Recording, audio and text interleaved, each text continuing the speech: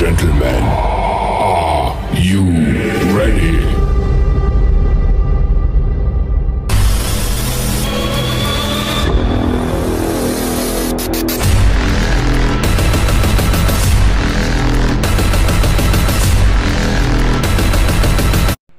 Hello mga karadyo, mabuhay kayo sa inyong paboritong programa, Balita Beat. Ako si DJ Ana. At ako naman si DJ Mark. Handa na ba kayong makinig sa mga pinaka-fresh na balita ngayong umaga?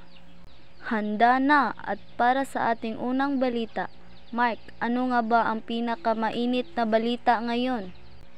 Ana, ang pinag-uusapan ngayon ay ang biglaang pagtaas ng presyo ng gasolina. Ayon sa Department of Energy, umakyat na ito ng 90 pesos kada litro. Marami ang Pilipino ang nag-alala sa epekto nito sa kanilang mga budget. Grabe naman yan, Mark. Ano kaya ang magiging solusyon dito? Inaalam pa natin yan, Ana. Pero ang Department of Energy ay nagsasabi na patuloy silang naghahanap ng paraan para makontrol ang presyo ng gasolina. Salamat sa update, Mark. At para naman sa ating sports update, ang Gilas Pilipinas laban sa Meralco Bolts kagabi, isang kapanapanabik na laro ito, Mark.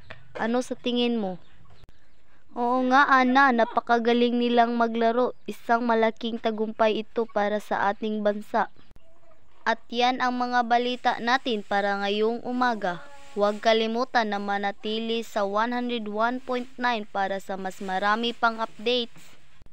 Muli, ako si DJ Mark. At ako naman si DJ Ana. Magandang araw sa inyong lahat.